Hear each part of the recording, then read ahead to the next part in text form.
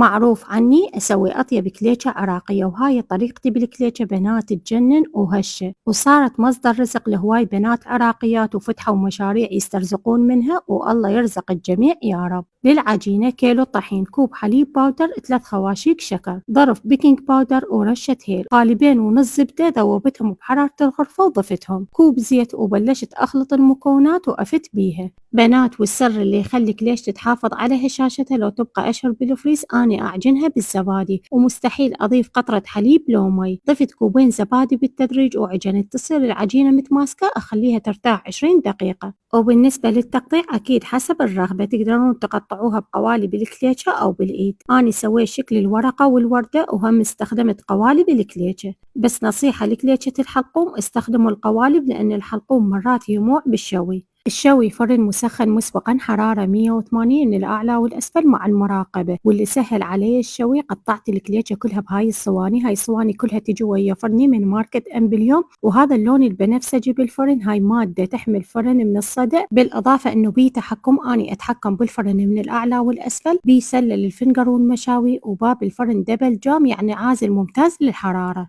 وبنات بس شوفوا لي الشكل واللمعة، تخبل تذوب بالإيد قبل الحلق، وكل واحد ياكل منها يطلب طريقتها وبس والله.